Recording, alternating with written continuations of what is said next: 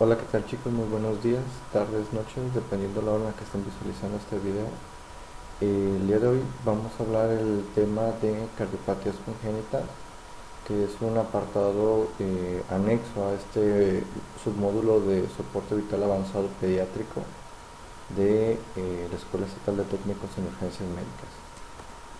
Bueno, ¿por qué es vital aprender un poquito sobre este tipo de patologías?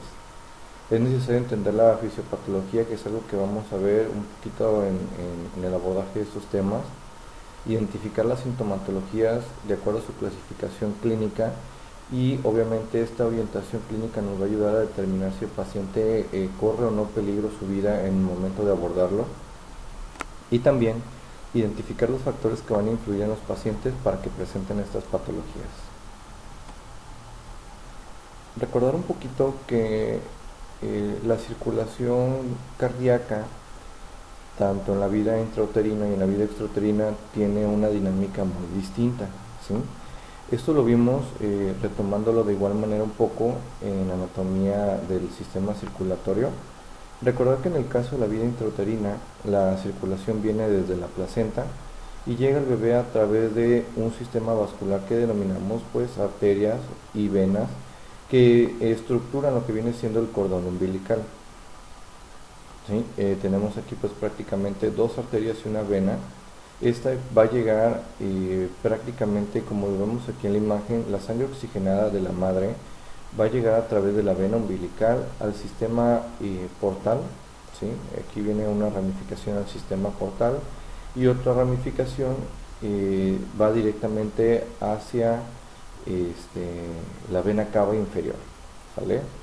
Esta sangre oxigenada va a llegar obviamente por el sistema venoso, se va a ciclar con la sangre poco oxigenada que tiene el producto en desarrollo o en madurez y va a entrar al sistema circulatorio como sabemos, pero con ciertas modificaciones.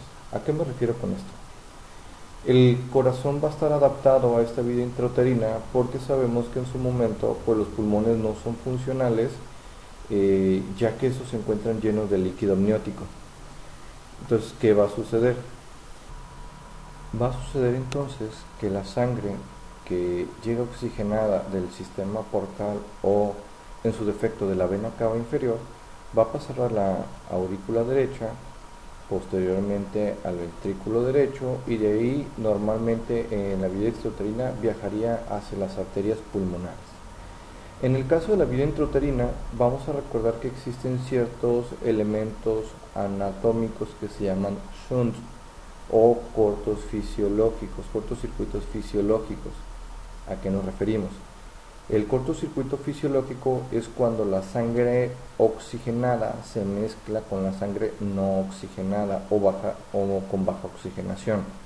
¿Sí? O sea, la oximoglobina se combina con la methemoglobina, ¿no? Entonces, ¿qué sucede? Aquí en las aurículas, ¿sí?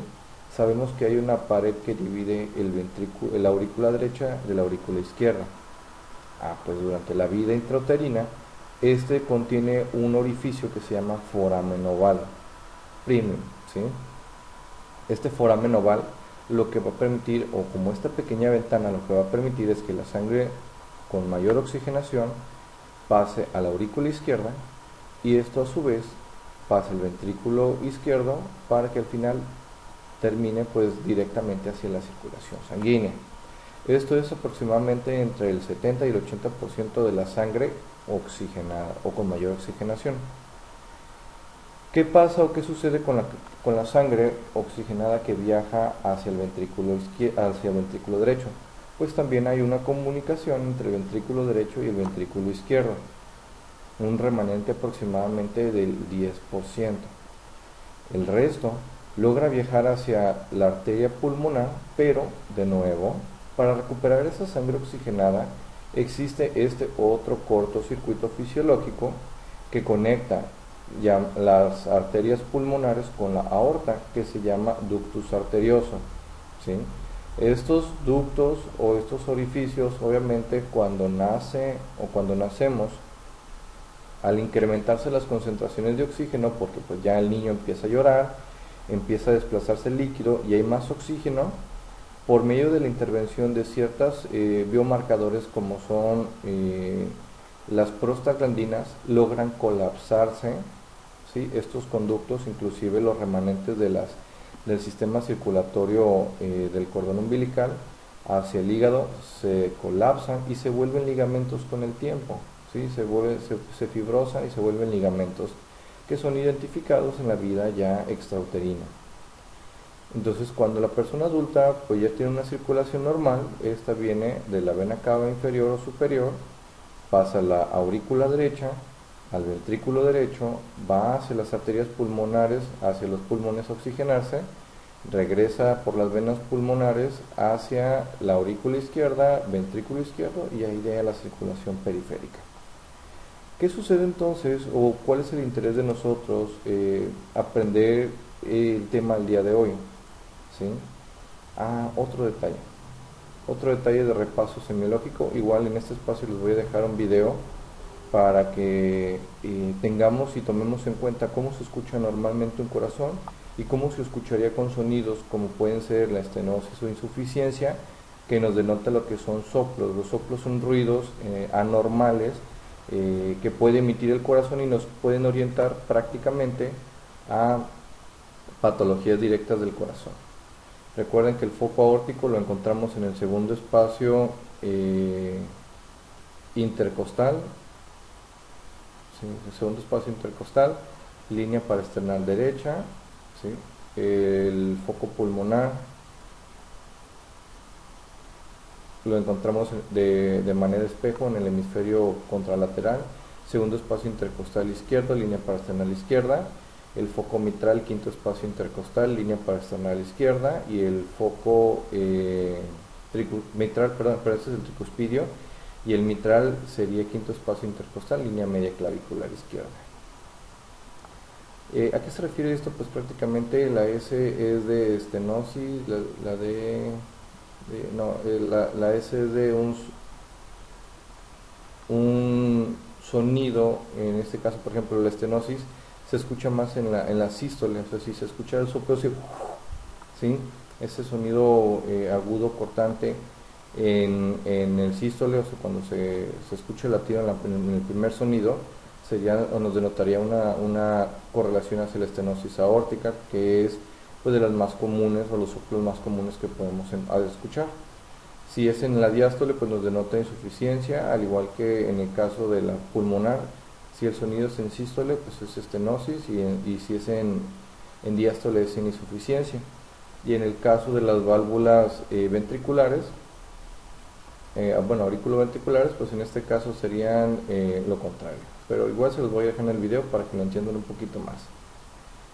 Los sonidos cardíacos que nosotros vamos a auscultar con nuestro estetoscopio, pues pueden ser de distinto tipo, ¿no? Yo les platicaba en una sesión anterior de semiología del corazón cómo serían pues prácticamente los ruidos auriculares o los ruidos del corazón, que en este caso se denominan primero o segundo ruido, que sería el dut glup, dut glup, dut glup, que nosotros idealmente identificamos, ¿no? Inclusive cuando checamos la presión se escucha ese dut, dut, dut, pero cuando es directo el foco al corazón, a los lugares donde señalamos, aquí se escucharía así, dut glup, dut glup, dut glup, dut glup.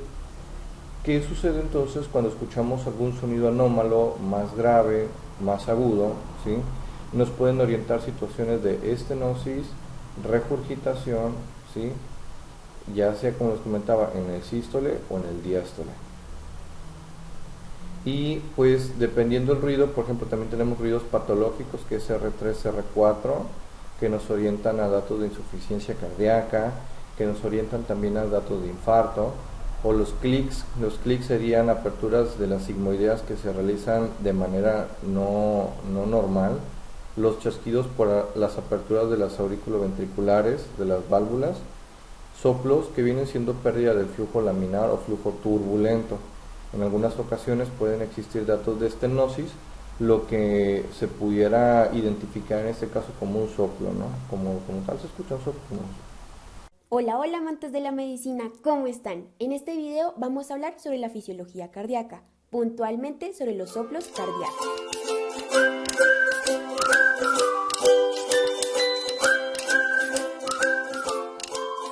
Vamos a empezar con unas cuantas generalidades de los soplos. Es muy importante saber que un soplo es un ruido generado por un flujo sanguíneo turbulento. Estos se pueden dar por un flujo en una zona con obstrucción parcial, como en la estenosis aórtica. También se pueden generar por un incremento del flujo por estructuras normales. Es decir, las estructuras no tienen ningún daño, pero el soplo puede estar relacionado con un aumento del gasto cardíaco. Otra causa de soplo es la expulsión hacia una cavidad dilatada. Una causa muy frecuente es por el flujo retrógrado a través de una válvula insuficiente, como en la insuficiencia mitral. Y por último, se puede dar por un cortocircuito anómalo de la sangre, es decir, la sangre va de una cavidad vascular de presión alta a una cavidad de presión menor, como en el defecto del tabique interventricular. La localización de los focos auscultatorios es muy importante, ya que nos permite saber qué válvula es la que está lesionada. Recordemos que esta representación de la localización de los focos auscultatorios es de acuerdo a la ubicación del paciente, por lo que esta sería la derecha y esta sería la izquierda. El foco aórtico se encuentra en el segundo espacio intercostal derecho en el borde external derecho. El foco pulmonar se encuentra en el segundo espacio intercostal izquierdo en el borde external izquierdo. El foco mitral se encuentra en el quinto espacio intercostal izquierdo con línea medioclavicular, es decir, en el ápex cardíaco. Y por último, el foco de la tricúspide se encuentra en el cuarto espacio intercostal izquierdo en la parte inferior del borde external izquierdo. Recordemos que los soplos cardíacos se clasifican de acuerdo a si se presentan en la sístole o en la diástole, así que vamos a empezar con los soplos sistólicos. El soplo expulsivo tiene una característica muy importante a nivel de su configuración, y es que es increscendo-decrescendo, es decir, su intensidad aumenta y luego disminuye. Este soplo es característico de la estenosis valvular aórtica o pulmonar, y comienza un poco después del S1 y termina antes del S2. El soplo holosistólico, también conocido como pansistólico, tiene una característica muy importante y es que tiene una intensidad uniforme durante toda la sístole. Esto es debido al reflujo de la sangre de una insuficiencia mitral o tricúspide, o también se puede deber por un defecto del tabique interventricular. El soplo telesistólico inicia en la fase intermedia, casi que tardía, de la sístole y persiste hasta que ésta concluye. Este es típico de una insuficiencia mitral generada por un prolapso de la válvula mitral. Ahora vamos a pasar a escuchar estos soplos. Te recomiendo que le subas el volumen a tu dispositivo. Así se escucha un soplo expulsivo.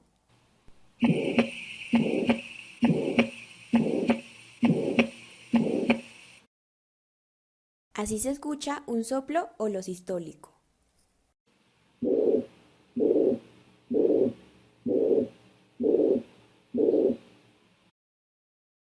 Y así se escucha un soplo telesistólico.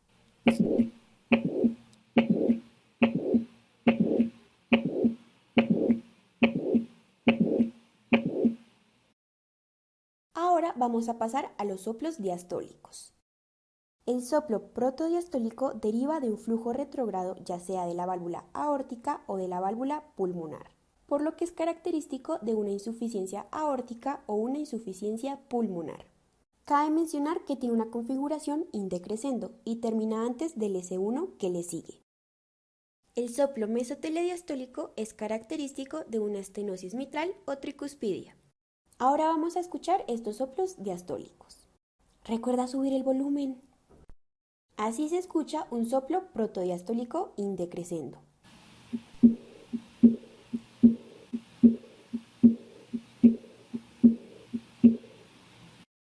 Así se escucha un soplo mesotelediastólico.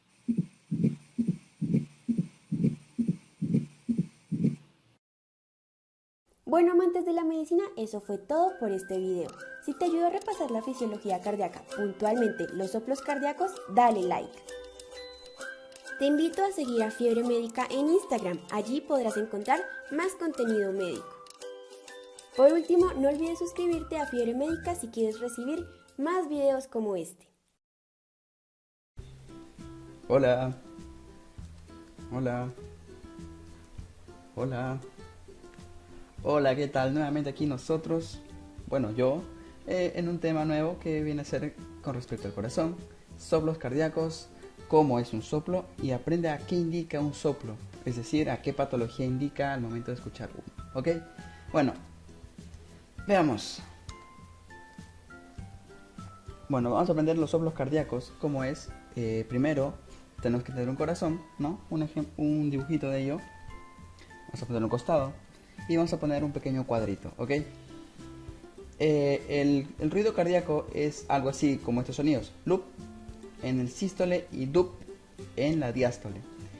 Puse estas flechitas porque quiere decir que la entonación del ruido del sonido cardíaco, el loop es loop, loop, fuerte, y el dup es como que un poco más lineal, un sonido lineal, algo así como loop dup, loop dup, loop dup, el cual vamos a poder escuchar ahorita. ¿Escuchan? Loop dup, loop dup, loop dup, loop dup, loop dup. ¿Ok? ¿Ok? Y ojo, es el latido normal. Ahora, escuchemos una vez más.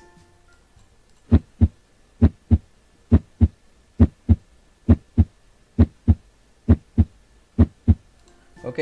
¿Pudieron identificar que el ruido es normal, no tiene ningún tipo de soplo? El soplo se dice justamente solo justamente porque da esa sensación de que es un soplo. Suena algo como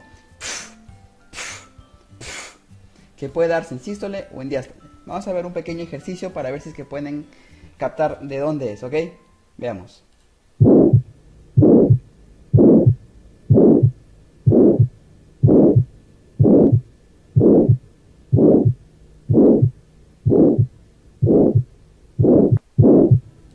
Ok, ¿pudieron identificar a dónde corresponde al soplo?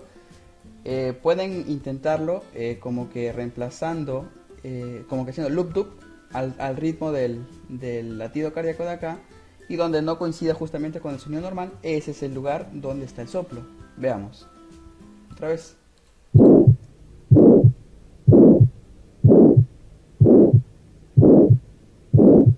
Loop dup, loop dup, loop dup, loop dup. ¿Ven? Un soplo. Dup, dup, dup, dup. Entonces, vamos a pausarlo. Entonces, ¿a dónde corresponde el soplo? Pues a la sístole, es un soplo sistólico, ¿ok? Ahora, un nuevo ejercicio. A ver, ¿a qué corresponde este de acá? Vamos a avanzar un poquito.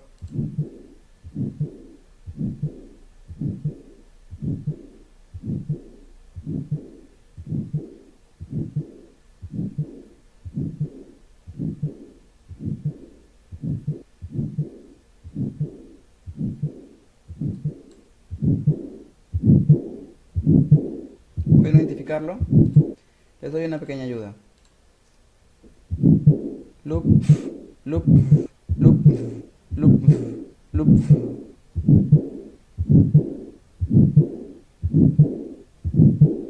Loop, loop.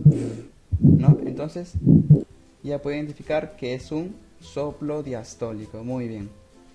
Hasta aquí ya sabemos identificar cómo es un soplo, y si no, podrían regresar un poco el video para volver a repasar para poder repasar estos pequeños minutos, ¿ok? Ahora, vamos a identificar a qué patología nos indica cada soplo dependiendo del lugar, pues que vamos a auscultar, ¿no? Para ello tenemos que saber, obviamente, los lugares, los puntos, los focos cardíacos, ¿no? ¿Ok? Y una vez que sabemos los focos cardíacos, entonces vamos a hacer esquemáticamente con un corazón que he hecho yo. Bueno, este corazón vamos a reemplazarlo. Chao corazón.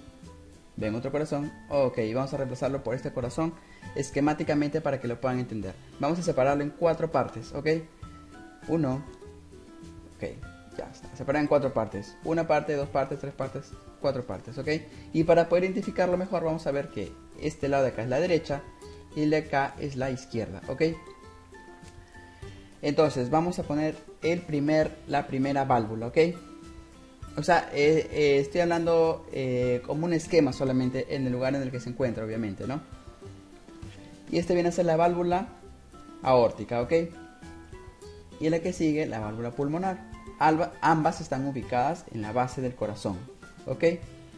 Ahora, en segundo lugar tenemos la válvula mitral, a lo izquierdo, Y por último tenemos la válvula tricuspidia hacia el lado, hacia el lado derecho, ¿ok? Existe otro punto, otro foco, pero ese no lo vamos a tocar porque la idea es tener una idea esquemática, ¿no? De esto.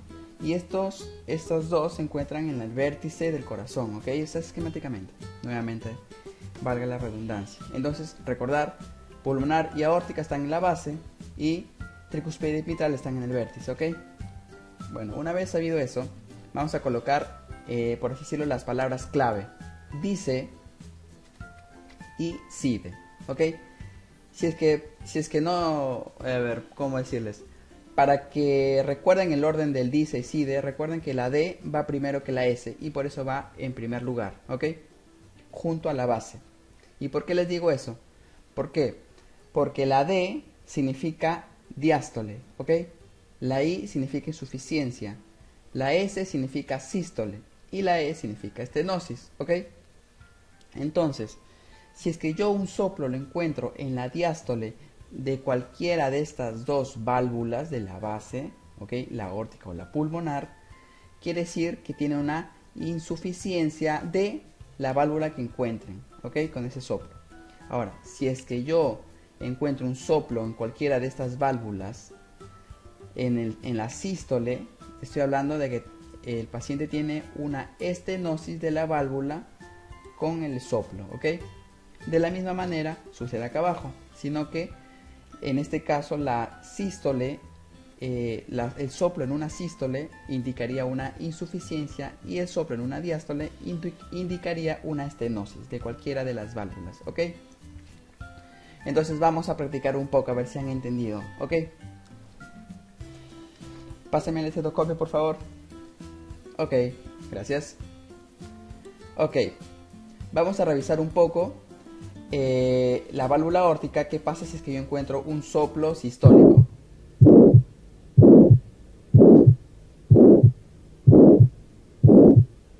Ok, mi soplo es sistólico en la válvula aórtica. Según la memotecnia, perdón, ¿qué patología tendría el paciente?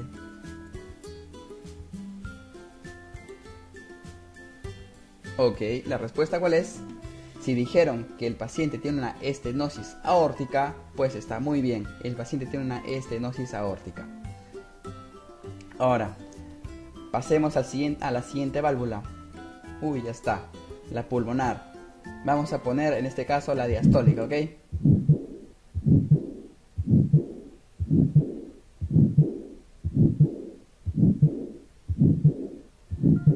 Ok, el paciente tiene un soplo diastólico en la válvula pulmonar. Según esta memotecnia, ¿qué tendría el paciente? Si tu elección fue una insuficiencia de la válvula pulmonar, pues correcto, esa es. Ahora, vamos a ver un último ejemplo para que puedas practicar, ¿ok? Veamos. Bueno, nos trasladamos a esta válvula, ¿ok? La válvula, recuerden, del vértice. Vamos a aplicar otra memotecnia, ¿ok? Ahora vamos a ver acá un soplo diastólico, ¿ok?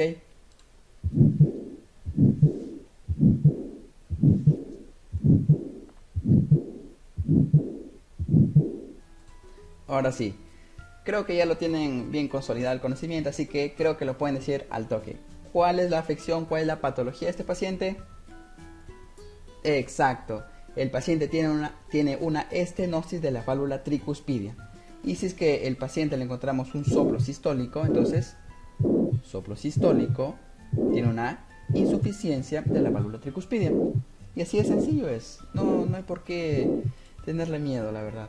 Es más, este tipo de soplos vienen en el ECOE, y ese ECOE pues tiene que decirle qué tiene el paciente, ¿no? Lo mismo que estamos practicando acá, ¿ok? Ahora vamos a hacer un pequeño resumen. Traemos acá la memotecnia. Entonces, si nosotros encontramos un soplo en la diástole, el paciente acá, perdón, esto es de la base y este es del vértice, ¿ok? Recuerden, si es que en la base, en cualquiera de las válvulas, encontramos un soplo en la diástole, la patología que tendrá es una insuficiencia. ¿De cualquiera de estas dos válvulas? Si el paciente en la base tiene un soplo en la sístole, tiene esta patología y en cualquiera de estas válvulas, ¿ok? Ahora nos vamos al vértice. Si el paciente tiene el soplo en la sístole, tiene insuficiencia cardíaca, perdón, insuficiencia de la válvula, cualquiera de estas dos válvulas, y si tiene un soplo en diástole, indica esta patología en esta válvula, ¿ok? Es una tabla que, no sé, de repente pueden hacer screenshot, pueden guardarla para que se les quede grabado en su memoria, ¿ok? Espero les haya servido. Y pues el amigo Cerebrito le da la frase del día. Con cada logro comienza con la decisión de intentarlo, ¿ok? Inténtenlo y van a ver que todo va a mejorar. Gracias por su atención y no olvides suscribirte.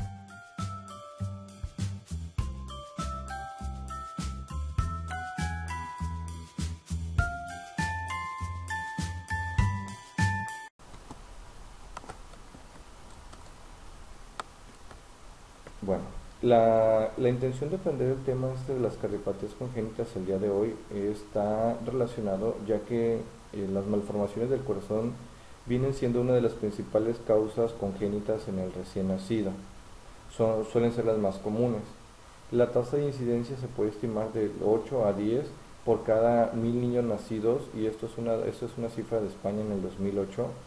Y en el caso de México, las cardiopatías congénitas se adquieren desde antes del nacimiento. Se estiman que su frecuencia puede ir de 0.8 a 1.2% de los recién nacidos. Sin embargo, en otros países se habla de frecuencias pues mayores. Como causa de muerte infantil, las cardiopatías congénitas se ubican en el sexto lugar en menores de 1 año, y como la tercera causa en los niños entre 1 y 4 años.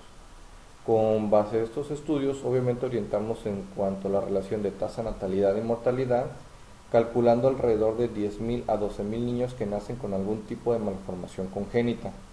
Por obvias razones, al permanecer en los primeros 10 lugares de causantes de defunción infantil, orienta también a la muerte súbita del lactante, entre algunas otras determinantes, y por eso es importante aprenderlo el día de hoy. Además de que el 14 de febrero pues, se celebra el Día Internacional de los Pacientes con Cardiopatía Congénita. En el caso de la epidemiología propia de las cardiopatías congénitas, existe cierta relación en cuanto a la presentación de estas. Por ejemplo, tenemos que la más común suele ser la comunicación interventricular con un intervalo del 16 al 50%, la comunicación interauricular del 3 al 14, el ductus arterioso permeable, la estenosis pulmonar, coartación de la aorta, la tetralogía de Fallot, estenosis aórtica, defectos del septum auriculoventricular, la transposición de las grandes arterias, los grandes vasos, y el síndrome del corazón izquierdo hipoplásico.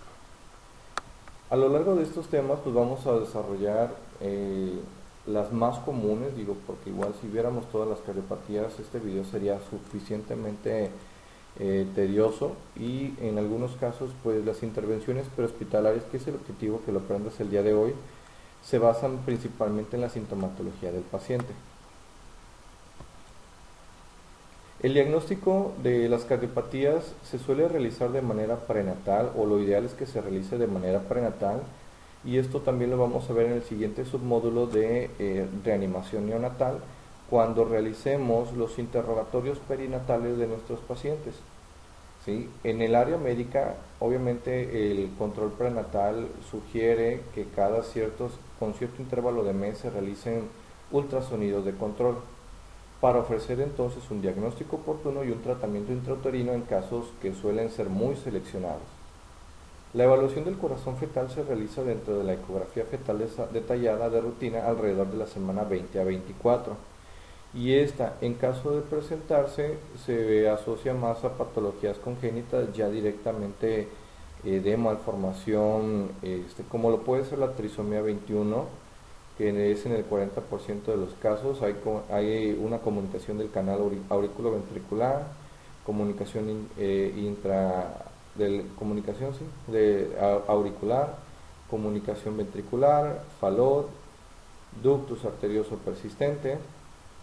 En el caso de la trisomía 13 y 18, que ocurre en el 85% de los casos, la comunicación interventricular, coartación de la aorta, displasias polivalvulares y cardiopatías complejas. Y en el caso del síndrome de Turner, en el 35% suele haber asociado a coartación de la aorta o valvulopatías.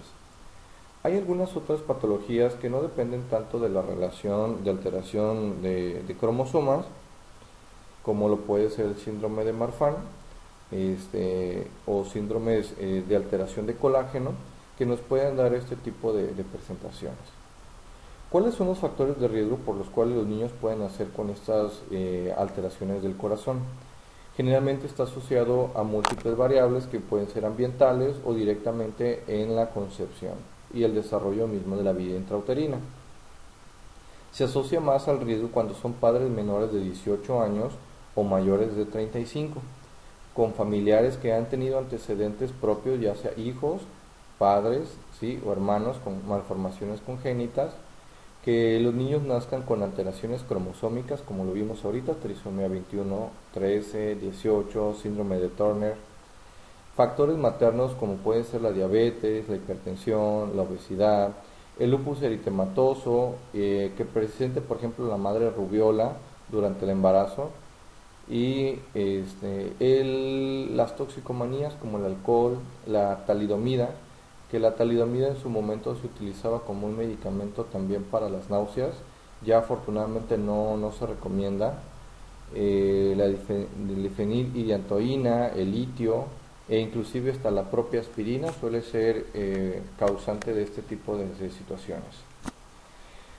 Estas suelen tener una relación etiológica idiopática, o sea, pueden ser pues, por situaciones no asociadas a los riesgos que mencionamos hace un momento, por un desarrollo embrionario normal a partir de la sexta semana de embarazo, infecciones fetales y maternas durante el primer trimestre, como lo suele ser la rubiola, que afortunadamente pues sabemos que en México esta enfermedad puede ser prevenible por vacunación. Los efectos teratógenos de fármacos, los factores genéticos propios o que se presenten o esté predispuesto por recesión genética hacia las trisomías, y acompañarse por defectos congénitos en algunas otras partes del cuerpo. Bueno, esta es otra tablita que viene indicaciones de cuándo van a realizarse ecocardiogramas fetales con factores de riesgo presentes. Tenemos que en el caso de la madre por diabetes, patologías de anticuerpo con relación anti-RO o anti-LA positivo, o sea, cuando los padres tienen incompatibilidad sanguínea, infecciones maternas, exposición a teratógenos, como pueden ser pesticidas, agentes radiantes o fármacos inclusive. En el caso de antecedentes familiares, hijos previo afectados o padres afectados, y un fetal screening que viene siendo los ultrasonidos ordinarios que se realizan durante las consultas prenatales. La relación propia, obviamente entendiendo un poquito las cardiopatías, es que en algunos casos estas cardiopatías van a tener una resolución definitiva y funcional, o sea que por sí solas se van a resolver, no es necesario realizar ninguna intervención.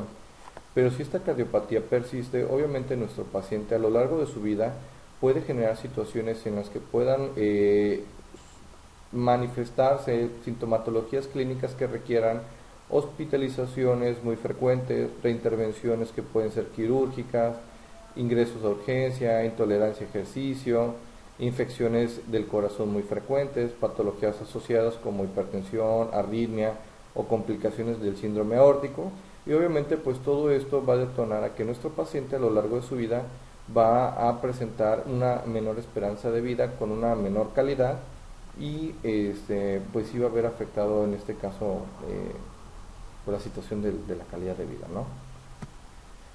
¿Qué vamos a hacer nosotros? Nosotros, cuando abordemos a un paciente pediátrico que se sospeche que tiene síntomas de una cardiopatía congénita, debemos de evaluar lo que es la frecuencia cardíaca, la presión arterial, los pulsos, cómo suelen ser, y hay que compararlo el derecho con el izquierdo. O sea, así como tomo el pulso del lado derecho, lo tomo del lado izquierdo para evaluar que coincidan. El llenado capilar, cuánto dura, si es inmediato o tardío, el estado de conciencia de mi paciente con las adaptaciones propias, cómo está la piel, si está cianótica, pálida, normal, la diuresis, signos de hipoperfusión tisular, la hiperdinamia pericardial, que pueden ser asociados a arritmias, los soplos cardíacos, la ingurgitación yugular, que eso igual ustedes lo pueden revisar en otros videos. La ingurgitación yugular se debe obviamente a datos de insuficiencia cardíaca cuando hay una sobrecarga de cámara derecha. Sucede entonces que si yo volteo la carita de mi paciente hacia un lado, por ejemplo hacia el lado izquierdo, vamos a ver cómo se marca más, ¿sí?, la vena yugular. Entonces, conforme más se marque o se ponga gordita, vamos a denominarlo eso ingurgitación, ¿sí? Y pues el edema, que puede ser periférico o generalizado.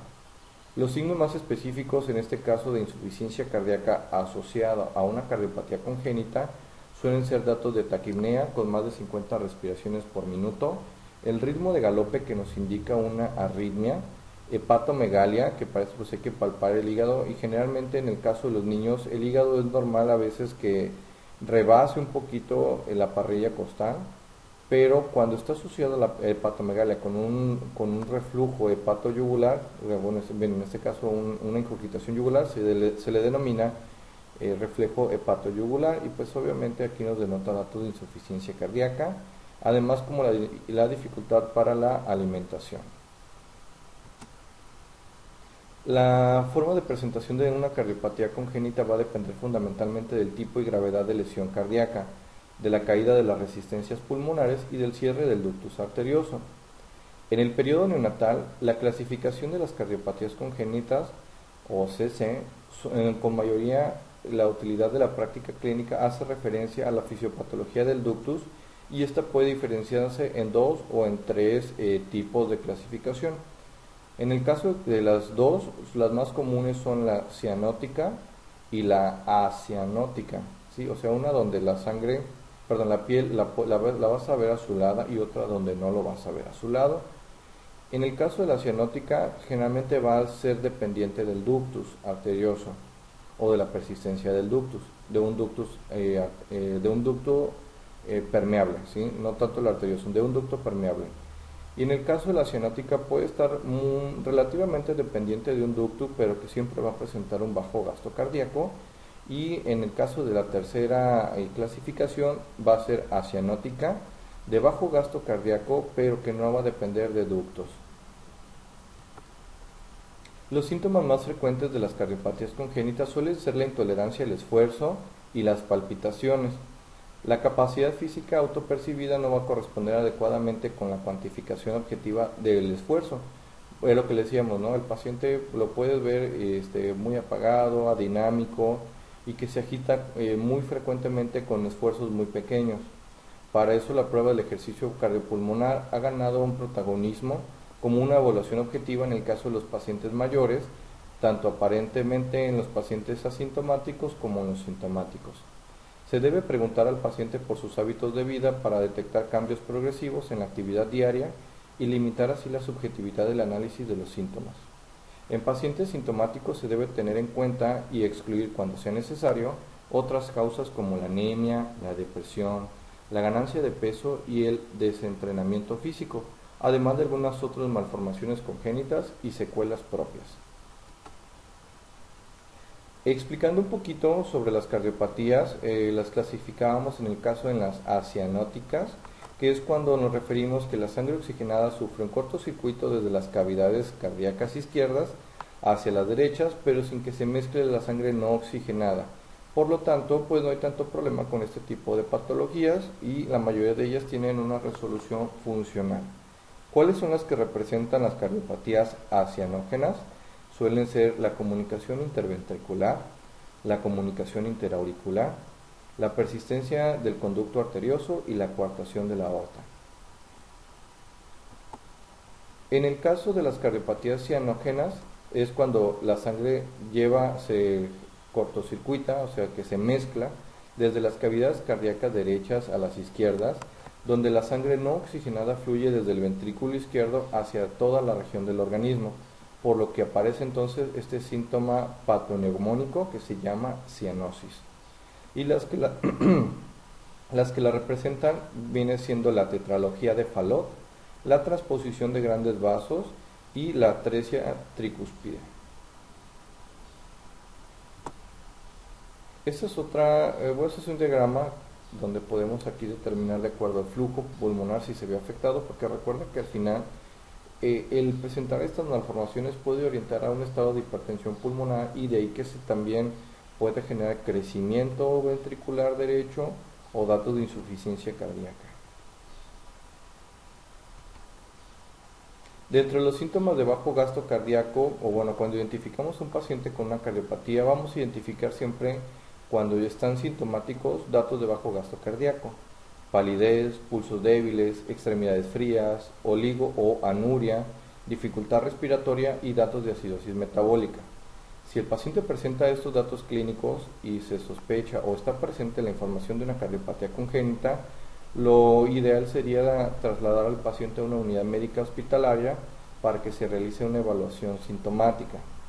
Si el inicio es brusco, pues hay que descartar y realizar estudios de control que pueden ser radiografía de tórax, ecocardiogramas o resonancias o tomografías, de acuerdo a lo que sea necesario.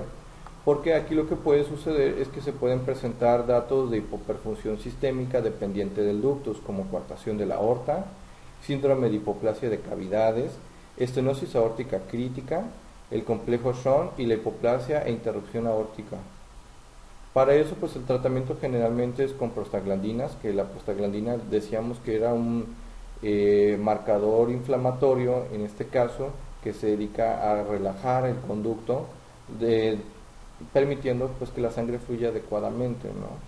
En el caso propio, pues el traslado tiene que ser urgente y estabilizarlo de acuerdo a los síntomas que esté manifestando en su momento nuestro paciente pediátrico.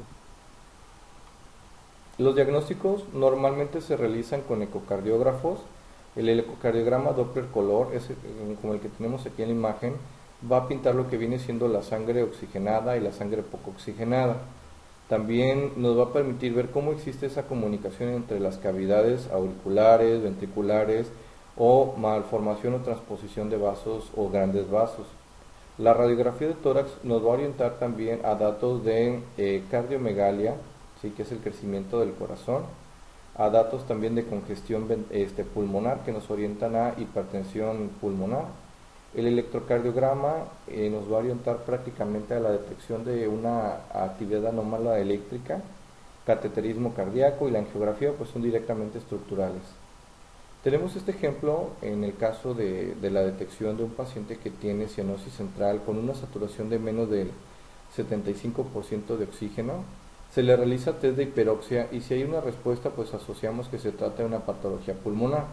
Pero si no hay respuesta al test de hiperoxia, vamos a tomarle una radiografía a nuestro paciente pediátrico y de ahí vamos a determinar, de acuerdo a la afectación de la vascularización pulmonar, si se trata de una transposición de grandes arterias o alguna cardiopatía congénita cianótica, ¿no?, como la tetralogía de Fallot, atresia tricuspidia, atresia pulmonar, etc. Entonces vamos a ir describiendo cada una de ellas. En el caso de la comunicación interventricular, es un defecto embriológico que consiste en uno o varios orificios que se van a encontrar en el tabique que divide el ventrículo izquierdo. Y aquí lo tenemos, miren. Esta sería, por ejemplo, una imagen normal. De color azul está la sangre venosa poco oxigenada y de rojo la sangre que tiene mayor oxigenación. Entonces aquí el septum ventricular pues tendría que estar firme, pero en el caso de la malformación, este orificio que anteriormente comunicaba la sangre oxigenada a la cavidad izquierda del ventrículo en la etapa intrauterina, ante esta persistencia pues obviamente va a haber una mezcla entre la sangre, obviamente, que va a pasar del ventrículo izquierdo al derecho, y va así, ¿por qué del ventrículo izquierdo al derecho y por qué no del derecho al izquierdo? Es una relación propia por presión. Recuerda que el ventrículo izquierdo siempre va a eyectar mayor presión que el ventrículo derecho. Por lo tanto, esta sangre va a llegar directamente hacia el pulmón y en algunos casos puede generar datos pues, de hipertensión pulmonar por la sobrecarga de volumen. Pero rara vez va a generar una comunicación entre la sangre poco oxigenada hacia la cámara izquierda.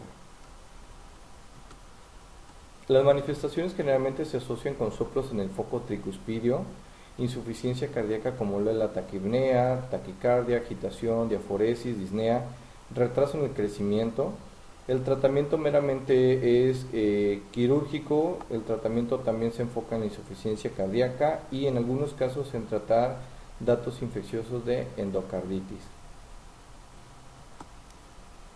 En el caso de la comunicación interauricular, suele ser de las más frecuentes, aproximadamente el 100% de las cardiopatías congénitas.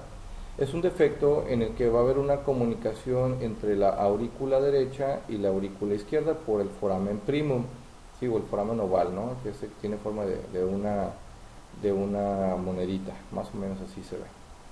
Sin embargo, en el caso de los lactantes que tienen este tipo de cardiopatía congénita, si esta es grande, puede haber situaciones donde va a haber un retraso del desarrollo cuando estatural, o sea, van a ser de estatura baja. Suelen presentar bronquitis de repetición, o sea, una tos muy frecuente y síntomas de insuficiencia cardíaca, además de la presentación clínica propia de un foco tricuspidio, insuficiencia cardíaca, que es taquipnea, taquicardia, agitación, diaforesis, disnea y retraso del crecimiento. El diagnóstico, pues igual, como lo mencionamos, puede ser por radiografía de tórax y vemos aquí, por ejemplo, el crecimiento de un corazón. Sí, se ve un corazón en forma de gota, una cardiomegalia.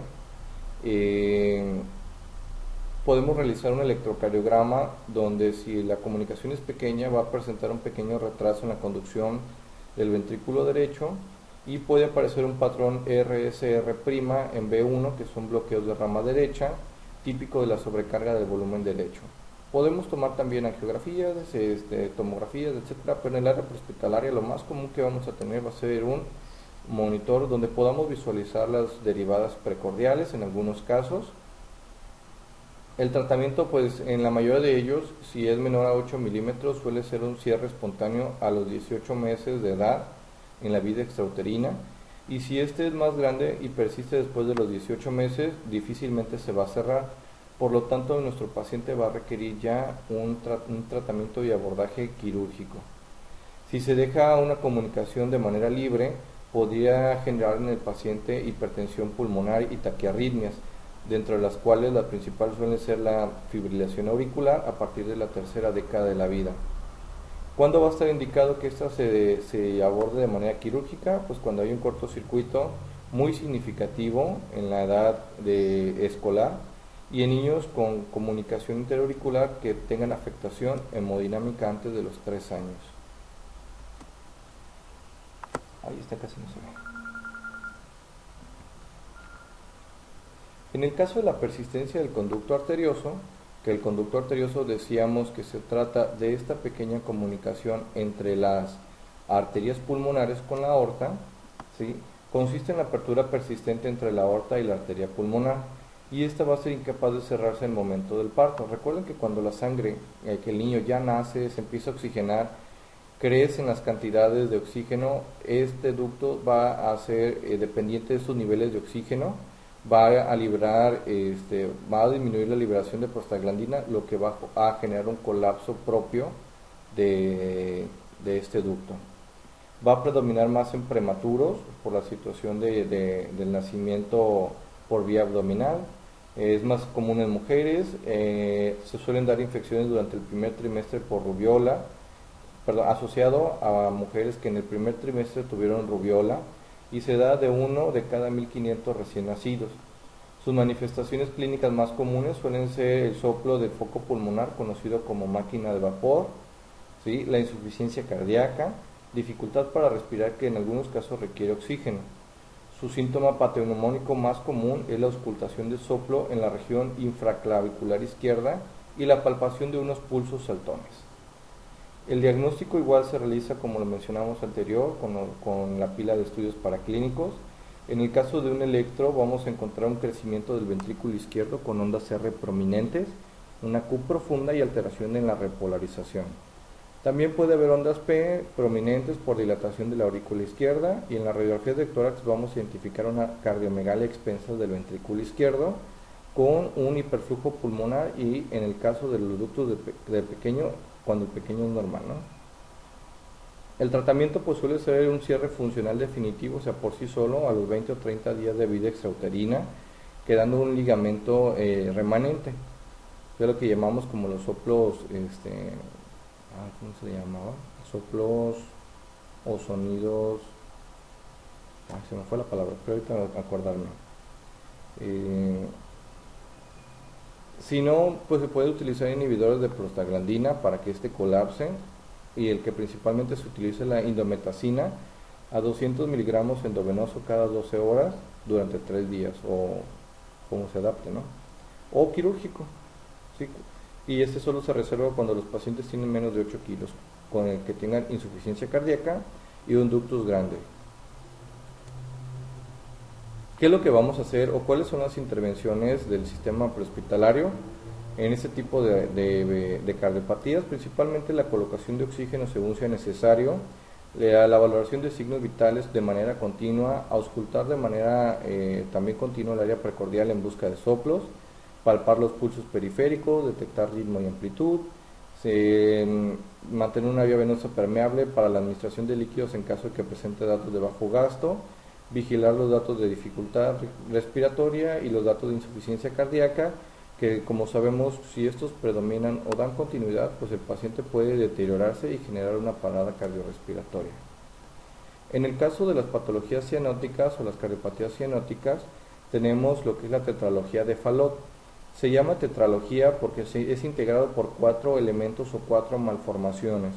La primera es una comunicación interventricular, que aquí la tenemos, ¿sí? Normalmente esto tendría que estar cerrado, y aquí igual, comunicación interventricular. Este sería, vamos a irlas marcando. Esta sería la número 1, ¿sale? La otra, estenosis pulmonar. La arteria pulmonar, en este caso, bueno, aquí no se visualiza aquí se visualizaría la estenosis, y aquí se visualiza la estenosis, ¿vale? Estenosis de la pulmonar. 3. Hipertrofia del ventrículo derecho. Si se fijan, aquí el grosor de este ventrículo, aquí no se ve, pero el grosor del ventrículo es mayor. ¿Por qué? Porque va a requerir de más fuerza para poder vencer la estenosis o el estrechamiento de la vena, perdón, de la arteria pulmonar. Y el cabalgamiento de la aorta sobre el septum. ¿A qué se refiere el cabalgamiento? Normalmente la aorta, ¿sí? Tendría, si el septum estuviera cerrado, fuera una comunicación directa hacia el ventrículo. Pero en este caso, como hay una separación, porque el ducto está permeable, se observa aquí como la aorta se encuentra sobre el tabique ventricular, ¿sí? Aquí se visualiza. Si se fijan, aquí está el tabique tendría que estar cerrado hacia este lado, pero en este caso la aorta está sobre el tabique interventricular. Se representa de 1 de cada 5.000 recién nacidos asociado al síndrome de Di-George y la trisomía 21. También corresponde un 10% de todas las cardiopatías congénitas. Se suelen dar en los lactantes cianóticos a los 2 y 4 meses de vida. Son más frecuentes las manifestaciones en la primera hora de la mañana y puede desencadenarse con el llanto, la defecación o durante las primeras comidas. Las crisis hipóxicas se tratarán cogiendo al lactante en brazos y doblando las rodillas hacia el pecho para aumentar la resistencia vascular periférica. La oxigenación nasal o la sedación con morfina en caso de dolor, bolos de líquido para mejorar el llenado del ventrículo derecho y el flujo pulmonar. A esta manifestación, o bueno, a este abordaje de coger al niño en brazos y doblarlo, de hecho, de repente los niños que presentan este tipo de cardiopatías generan una posición trípode, que es esta, ¿no? Si el niño se dobla de piernitas, los bracitos los lleva al pecho y se inclina hacia adelante, que es esta postura que vemos aquí, ¿sí? Generalmente mejora la resistencia vascular, por lo tanto disminuye el malestar o la sensación de los pacientes de presentar los datos de bajo gasto cardíaco, ¿sí? Entonces los niños suelen adoptar estas posiciones.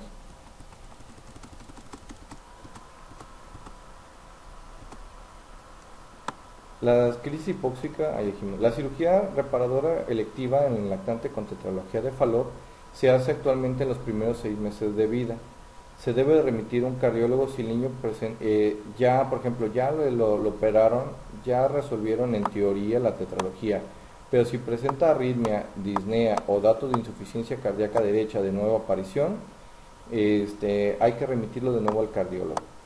¿Qué otros datos pueden presentar los niños con datos de hipertensión pulmonar, cianosis, dedos hipocráticos en manos y pies, que ahorita vamos a ver cuáles son los dedos hipocráticos, el encuclillamiento, que es lo que vimos en la imagen anterior, la niña que está en cuclillas, crisis de hipoxia y niños con bajo peso y talla baja?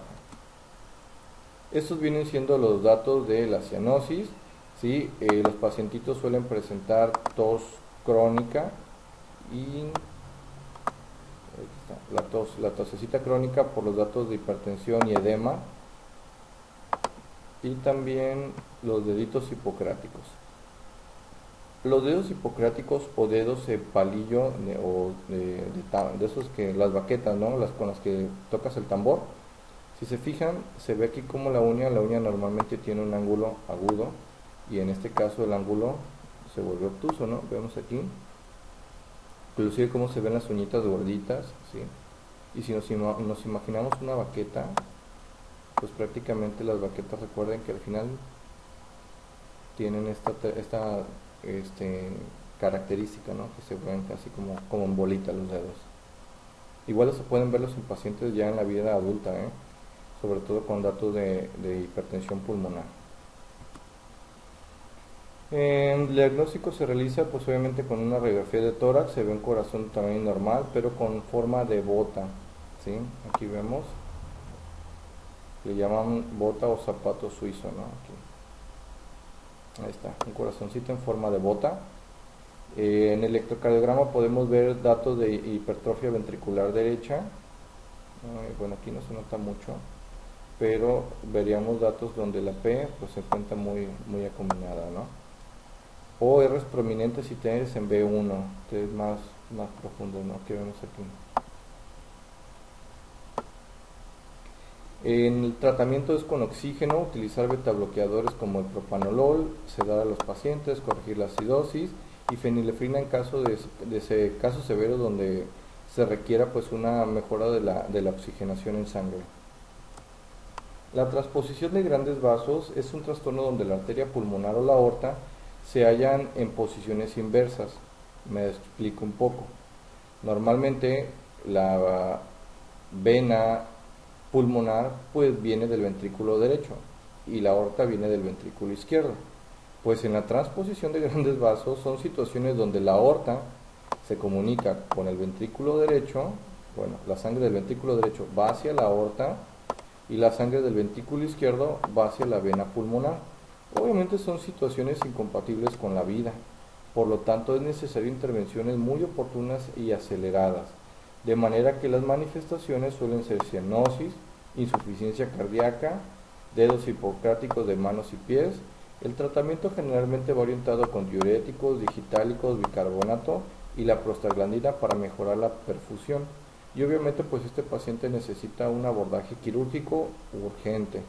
Y lo que hacen también de momento en lo que resuelven la cirugía es conectarlos a máquinas donde se están dializando, bueno, máquinas de circulación extracorpórea donde se dializan aparte o se programan para diálisis, y también esta circulación extracorpórea permite la oxigenación adecuada de la misma, o sea, lo conectan a una maquinita para que la sangre circule de manera normal. ¿Qué vamos a vigilar también en las edades más avanzadas? Pues bueno, si hay pacientes que presentan dolor torácico, tienen antecedentes de cardiopatías congénitas, va a ser necesario un abordaje primero de los antecedentes, historia clínica, hay que realizarle un electrocardiograma, radiografía de tórax, analíticas, para determinar si hay un síndrome coronario agudo asociado a la cardiopatía congénita o puede haber algunas otras causas relacionadas, musculoesqueléticas, arritmias, valvulopatías, mio o pericarditis y etiologías como hipertensión pulmonar.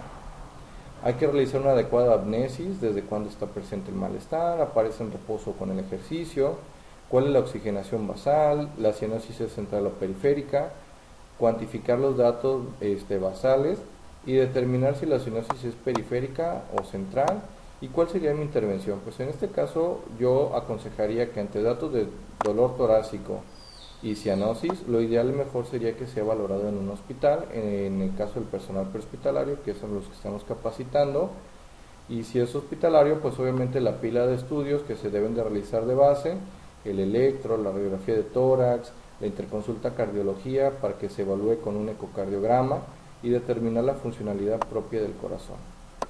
¿Sale? Y pues de mi parte sería todo, que tengan un bonito día.